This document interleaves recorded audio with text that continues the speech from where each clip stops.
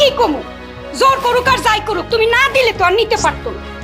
যাবো না, মরে গেল আর ওই বাচ্চা আমি যাবো না। রোজিনা, কি হয়েছে রে মা? সকালবেলা ব্যাগ নিয়ে আইছিস কে? নিজের বাপের বাড়িতে আসবো নাকি মানুষের বাড়িতে যাবো নাকি? হ্যাঁ, আমি ওই ডাইনি বুড়ির হাতের মার খাইতে পারবো না। ওই জাদু মিয়ার মা তোরে আবার মারছে? ও মা, এতদিন আমি অনেক সহ্য করছি মা, আমি আর সহ্য করতে পারবো না। আমি তো জামাই মার লগে কথা কইছিলাম, খেতে কইছিল আর মারবো না। তোমার জামাই এখন বাইতে নাই, কামে ঢাকায় গেছে।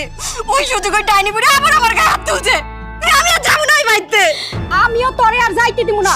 তোর বাপের কি কম আছে রে যে ওই ফকিনীর হাতের মাই খাইতে যাবি? তুই কোন চালাকি করে এই বাড়িতে আইছস সেটা আমি খুব ভালো মতো বুঝছি। আই, তাল গাছের মতো খাড়ায় রয়েছো কেন? হ্যাঁ, যাও রোজিনার জন্য নাস্তা বানাই নিয়ে আসো। চল মা, ঘরে চল। আয়।